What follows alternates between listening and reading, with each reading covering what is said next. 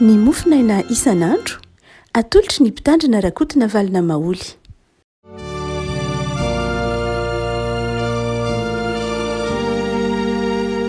Fahameraba tsika revako malalahatra trity alakamisy fa 7 ny volana aprily ity.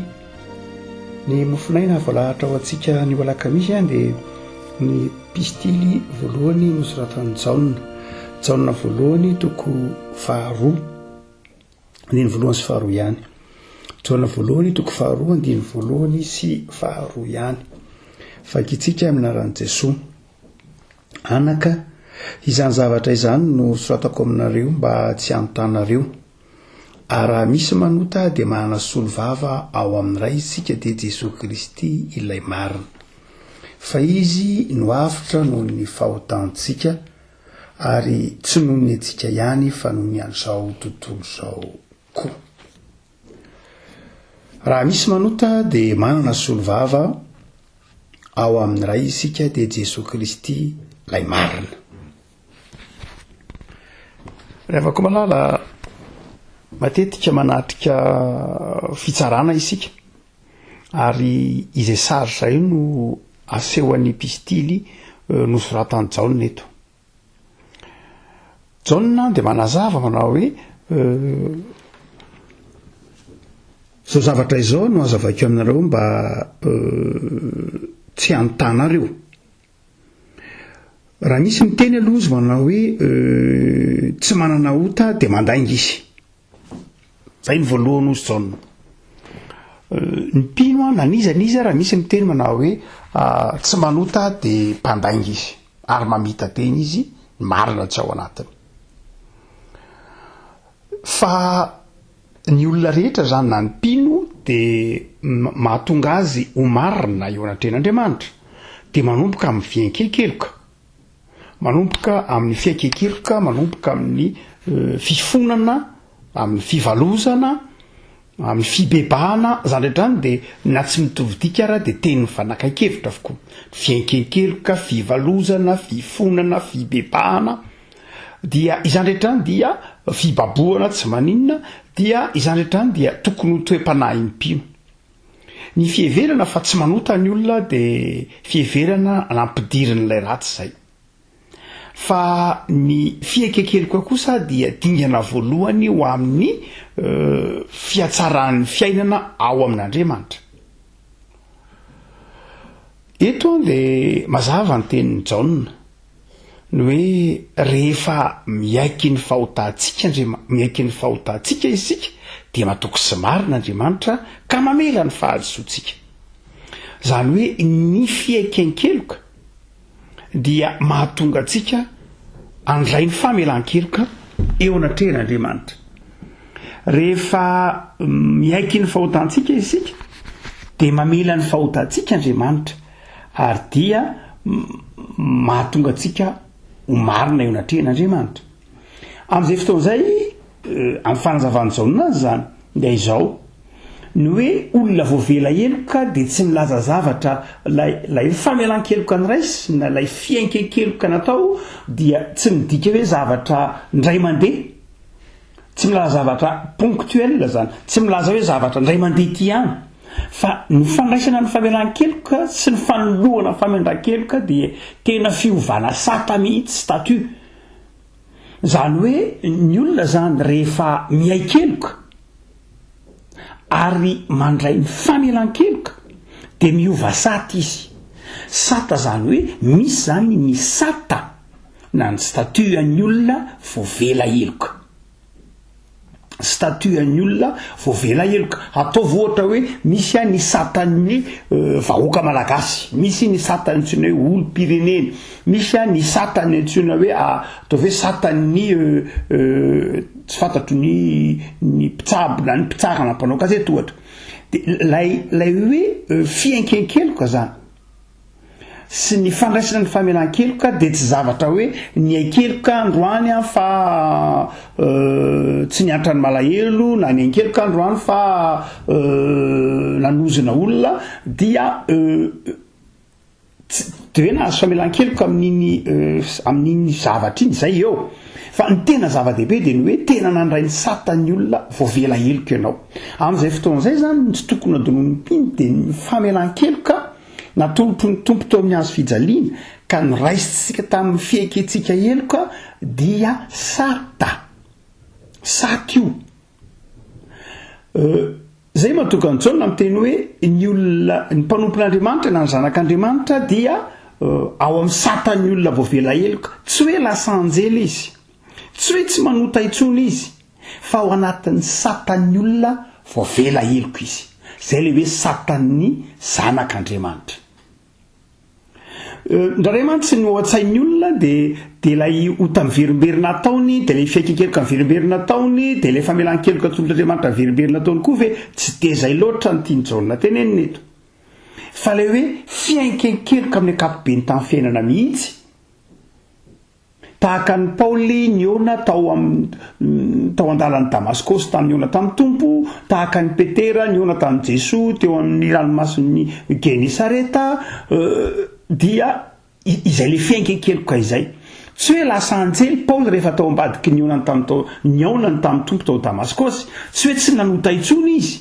tsy hoe lasa fa izao lasa nandray ilay satany mahazanak'Andriamanitra izy ary ny sata iny ny raisy nandray mandeha nomena ndray mandeha ny raisy nandray mandeha ary iainana mandrakizay izay io tenenin'ny Jaona io antony zany tokony hosaitsika manao hoe enao rehefa niaikeloka niona tamin'ny tompo teo an-dalan'ny Damaskosy ho an'ny Saoly niova Paoly ianao niona tamin'ny tompo teo amin'ny fotoana nandraisana ho mpandray fanasan'ny tompo ianao niona tamin'ny tompo tamin'ny fotoana anankiray manokana izay ianao sy ny tompo ny mahafantatra azy ianao mahatsiaro fa very raha tsy eo ny tompo ianao mahatsiaro hoe tompo avelao ny fahotako rehetra niditra ny fahatanorako niditra ny fahalebiazako mangataka famelan-keloka aminao ndray maka amin'ity dia amin'izay fotoan'izay na andray famelan-keloka ianao de miova sata de io ny tenenin'ny tompo tenenin'ny Jaona manao hoe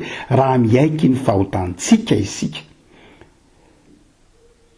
de mahatoky sy marina izy ka mamela ny fahotantsika sy manadio antsika ho afaka amin'ny tsy fahamarinana rehetra de io izy manao hoe dia aoka izany zavatra zany no anondratako aminareo mba tsy antanareo tsony zany hoe rehefa niova sata isika ka ao anatin'ny satany olona voavela heloka de ampitoerin'Andriamanitra aty anatintsika ny fanahana ary io fanahan'Andriamanitra ao anatintsika io ny mahatonga antsika tsy manota intsony nahoana ny tsy manota intsony tsy manota itsika satria ny fanahy masin'Andriamanitra miteny amintsika mampianatra antsika hoe azo manao an'io zavatra eo ianao na sanatria manota dia mangataka famelan-keloka mifona tompo fanenjerany iray tamin'iny de emiteto ampelatanatsika ty de hoy Jaona manao hoe raha misy manota de manana solo vava ao amin'ray lay manota io de izao marina fa mampiasa vombolana anankiroa Jaonanao samy mampiasa ny teny hoe manota izy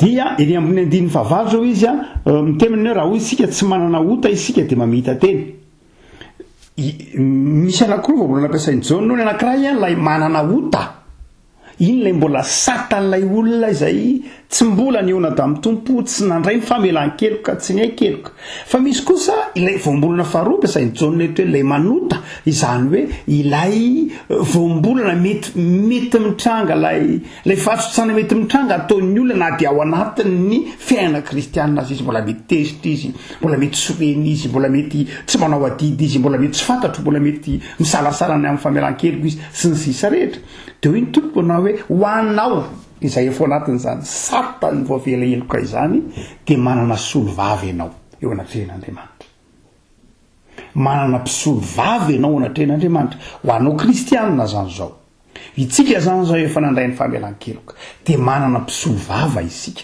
eo anatrehan'Andriamanitra zay tsara otsika manao hoe talepetoana manao hoe raha ohatra ka manarika fitsarana anao de matetika misy karazana vavolombelona anankiroa hitanao ao de ny karazana volombelona voalohany de lay atao hoe témoin charge lay vavolombelona izay nantsoina vavolombelona nanatromaso na nahita na nandre izay manamelika ilay olona voaheloka.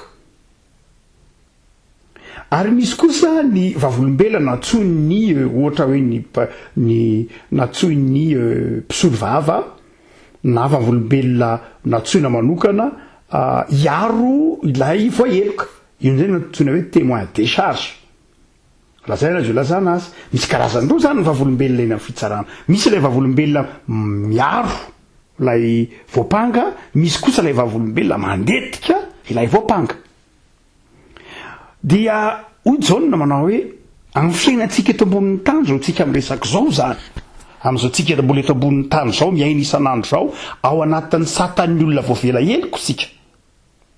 Satria efa nibebaka, efa nandray ny tompo, efa niteny hoe voavelan'ny heloko azoko ny famonjena, Jesosy ny tompo sy mpamonjy ahy. Dia amin'izay fotoan'izay ny dikan'izay dia zao manana ny Jesosy ho témoin à décharge ianao. Zany hoe ianao zany manana ny Jesosy ho miaro anao eo anatrehan'Andriamanitra. Misy kosa ny témoin à charge dia devoly. Zay mahatonga azy hoe mpiapanga ny anarany. Ilay mpiapanga ny anarany, ilay mpitankalaza mpiapanga amin'Andriamanitra. Dia isan'andro zany hojonony eo isak'izay zavatra ataonao na eritreretinao na mitrango ny fiainanao dia tomboky Satana miapanga amin'Andriamanitra. Jerenao tsara zao aizy iny olona iny, iny zanakao iny, jerety izy mora tezitra, jerety izy mamaly faty, jerety izy manao lolopo, jerety izy mandainga, jerety izy mireare, jerety izy tia tena. Mipanga ohatr'izay foana Satana isan'andro. Satria vavolombelona manatro maso izy, hitany eny an-dalana eny ianao.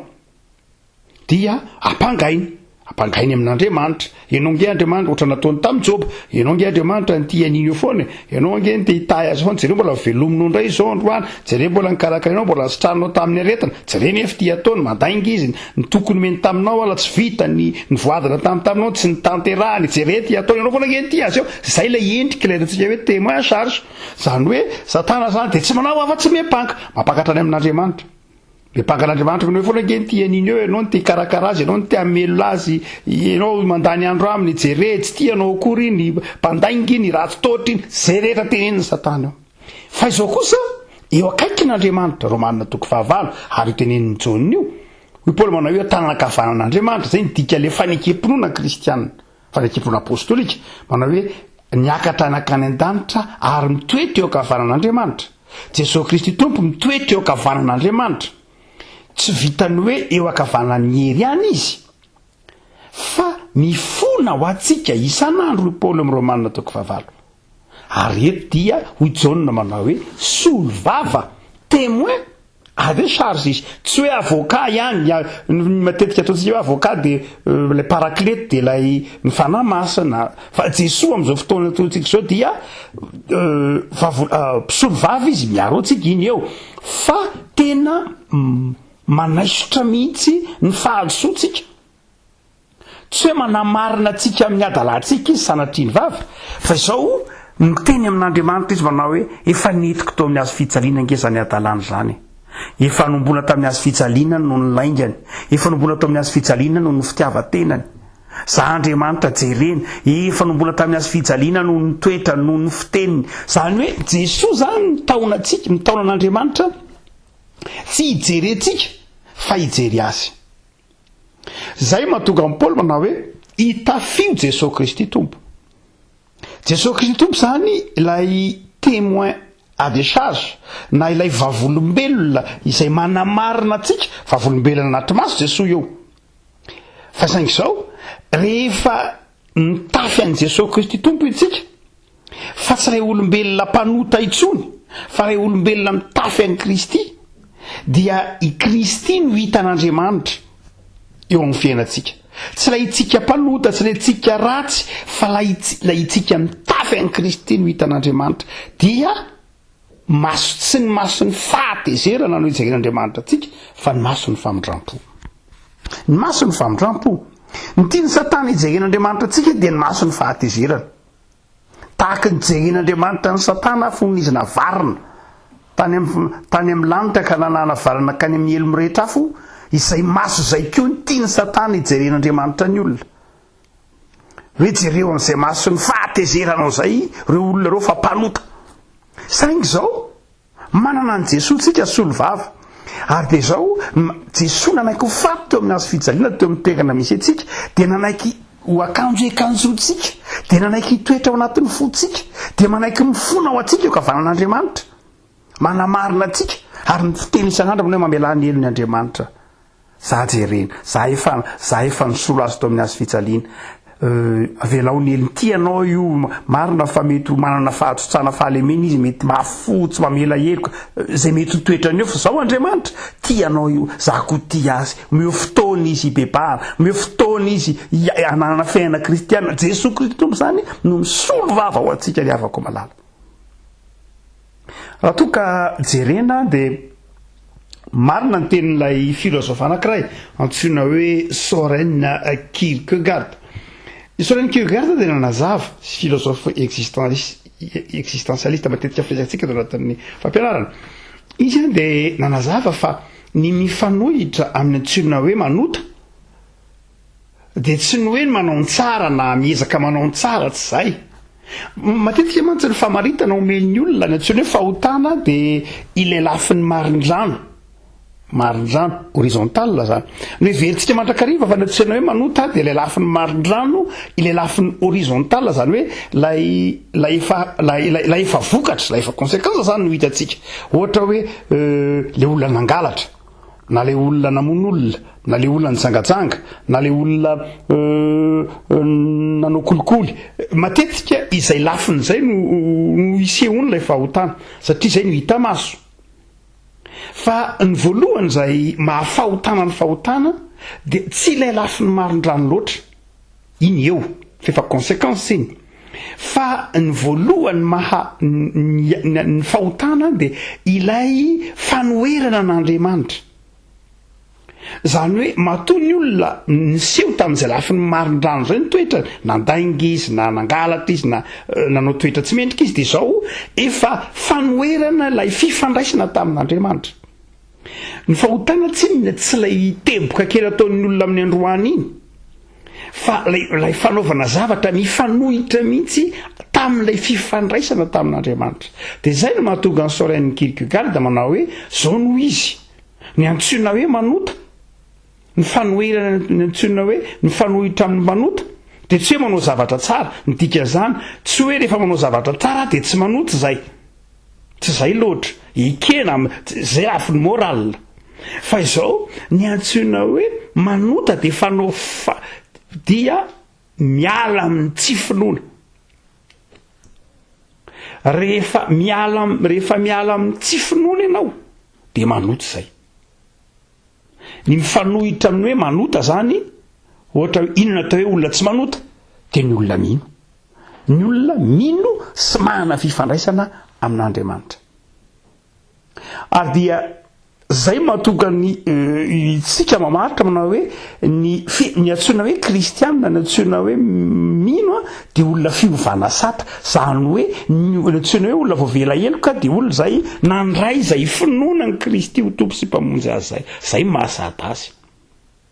Zany rehefa koa malala raha ampiarina amin'ny lafiny misimisy kokoa ny tenin'ny John Nedzam manao hoe raha misy manota dia manasolo vava ao amin'ny ray izy dia Jesosy Kristy lay marina. Satana dia miezaka mamaritra ny ota mandrakariva amin'ny lafiny marindrano. Io zany no tiany Satana hampangana ny olona amin'ny lafiny marindrano io zay mahamaterialista azy zany hoe rehefa miapanga olona izy miapangatsika eo latren'Andriamanitra dia io lafiny marindrano io foana ny teneny hitanao hoe iny izao fa nanisy ratsy ny namany hitanao hoe iny izao fa miangona hitanao hoe iny izy iny zao fa manao kolikoly hitanao hoe iny izy iny zao fa feno fialonana ny fony fa Jesosy Kristy tompo kosa tsy mibahana amin'izay lafiny marindrano zay izy fa mitaona antsika kosa ary mamerina ilay fifandraisana amin'ny tena izy amin'Andriamanitra. Jesosy Kristy tompo zany dia manamarina antsika amin'ilay tena izy, zany hoe amin'ilay tena finoanan'Andriamanitra. Andriamanitra dia rehefa manamarina antsika zay hoe Jesosy Kristy ilay marina, dia izao mamerina hoe Andriamanitra tsy zany izy, fa jereo fa mana fifandraisana aminao izy. Aza jerena amin'izany lafiny tahaka ny jeren'ny Satana ny Job zany. Fa zany zavatra tsisy dikany. Fa jereo amin'ny fifandraisana tena izy, jereo fa mino izy, jereo fa matoky anao izy, jereo fa mbola ao anatin'ny fony mandrakariva ny fanamasina, jereo fa mbola miaraka aminy mandrakariva. Zany hoe mifandriky Satana dia izao, mitoetra ny Satana zany dia izay fiampanganany olona amin'ilay lafiny marindrano izay. Ary io ny tandremantsika riavako amin'ny atoana hoe fahotana, io no mahatonga ny tompo nge mandrara hoe aza mifampitsara, satria lay fifampitsarana mantsy tsy manjary lasa mijery ilay olona amin'ilay lafiny marindrano ianao. Ary izay ianao mijery an'ilay olona amin'ny lafiny marindrano izay nefa toeran'ny Satana izay.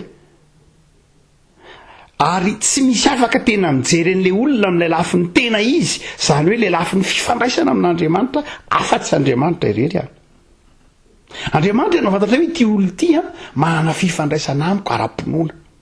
Andriamanitra ihany mandantsa ny finoan'ny olona, tsy midika akory zany hoe maivana amin'Andriamanitra ny lafiny marindrano, hoe tsy sarain'Andriamanitra ny lafiny horizontal hoe tokony hiantra, tokony hamela elo ka zany rehetrany efa conséquence, tsy maivana mihitsy kosa zany, fa mamita tena isika. Raha ohatra ka itenen'ny Jaune io Jaune toko fefatra manao hoe raha ohatra ianareo ary ka miteny hoe mino an'Andriamanitra nefa makahala ny rahalahy dia mpandainginareo, zay le marindrano. Fa izao ny tiana teneniny, ny tiany Jaune teneniny dia izao ny hoe ianao isika pino dia manana Jesosy Kristy tompo, izay témoin à décharge, zany hoe Jesosy Kristy tompo io dia mifona ho atsika isan'andro eo anatrehan'Andriamanitra. Andao ara-piarina amin'ny lafiny ara-panahy zavatra roa. Ny voalohany dia izao, inona zany ny tokony ho fiainam-panahinao? Ny fiainam-panahinao dia ao amin'ny Jesosy Kristy tompo irery any. Ao amin'ny Jesosy Kristy tompo nandresy ny fahafatesana. Eo no manomboka ny fiainana kristianina, ao amin'ny Jesosy Kristy tompo irery any.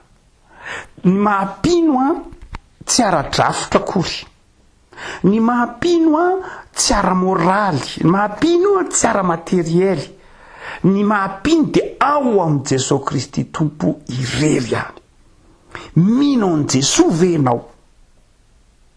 Mahafinaritra ny ndray maka ny toritenin'ny Jaune mpanao batisa. Ndray maka ny tangorona teo amin'ny Jaune mpanao batisa ny olona, dia satria Jaune mpanao batisa mpitoroteny be, nalaza nahay ny toriteny, mpaminany, ny tangorona ny olona nanao batisa, natao mibatisa, ny aitry ny olona ny amin'ny toriteniny, dia tangorona teo amin'ny Jaune mpanao batisa ny olona. Ary rehefa tangorona teo amin'ny Jaune mpanao batisa ny olona, Jaune zany hoe tena rassembleur, tena mivorino Jaune teo amin'ny olona. Saingy izao ny zavatra nitranga dia ity. Avy eo izy Jaune manao hoe nareo mitangorona eto amiko teo, iry ny zanak'ondrin'Andriamanitra, izy no manaisitra amin'ny fahotan'izao tontolo izao. Zany hoe nafindra ny Jaune ho ao amin'ny Jesosy ireo olona be dia be nitangorona taminy. Ireo olona be dia be nitangorona nanodidina azy nitady famonjena, tsy nitazoniny ho azy, fa izy manao hoe za ange tsinitsinina, iza tsinitsinina, fa io no izy ary tsy mendrika na dia many kapany akory aza. Raha amin'ny azahoana ho azy dia izao, tsy mendrika na dia nositra crème mankirarony akory aza, fa io ny tena izy. Izay toe-panahy zay dia afaka malala, toe-panahy hoe ao amin'ny Jesosy Kristy tompo irery any. Zay ny tiany Jaune resahana, ary zay Jaune mpanao batisa ny teny an'izay. Jaune apôstôly koa eto, zay azadolona fa Jaune apôstôly izay nanoratra ity epistily ity dia mpianatra Jaune mpanao batisa, dia nanan'izay toe-tsainy izay hoe ao amin'ny Jesosy Kristy tompo irery any no anananao sandraisanao zany famelan-keloka izany.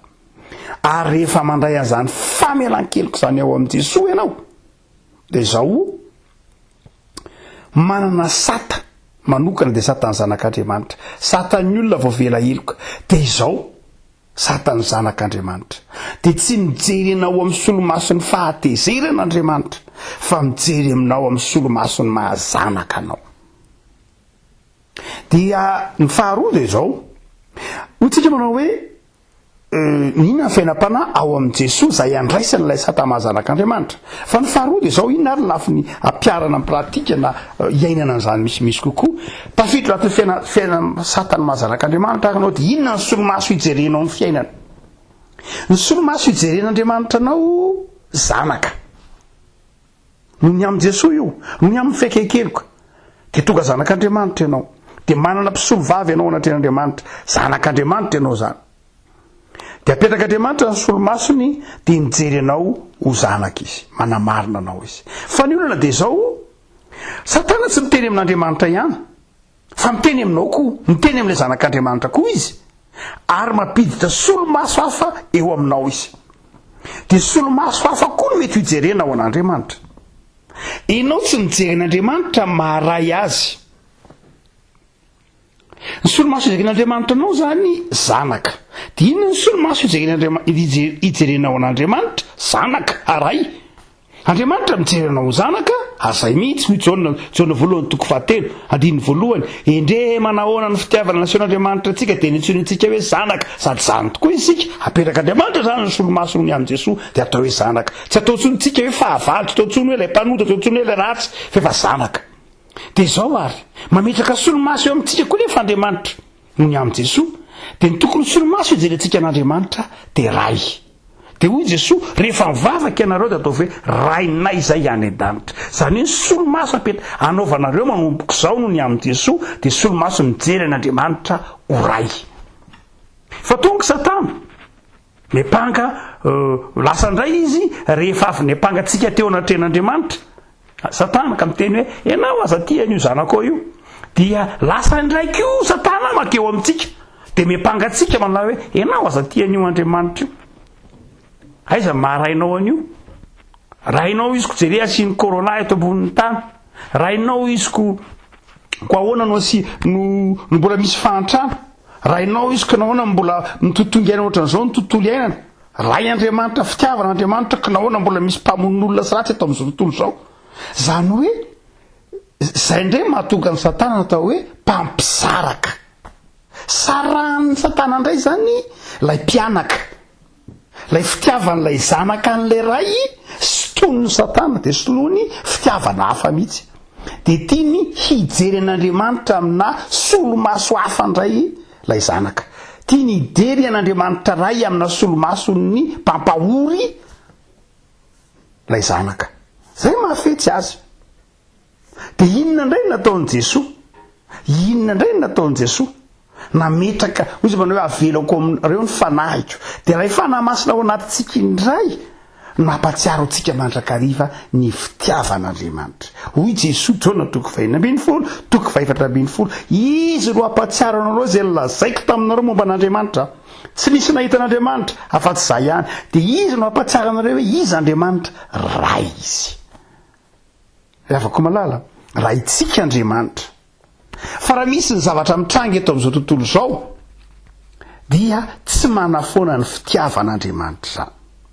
Zay mahatonga ny Salamo ny teny manao hoe na de firerivo na firy alina aza ny injery ao anatrehanao, ianao tsy minjery zany satria ianao zanaky.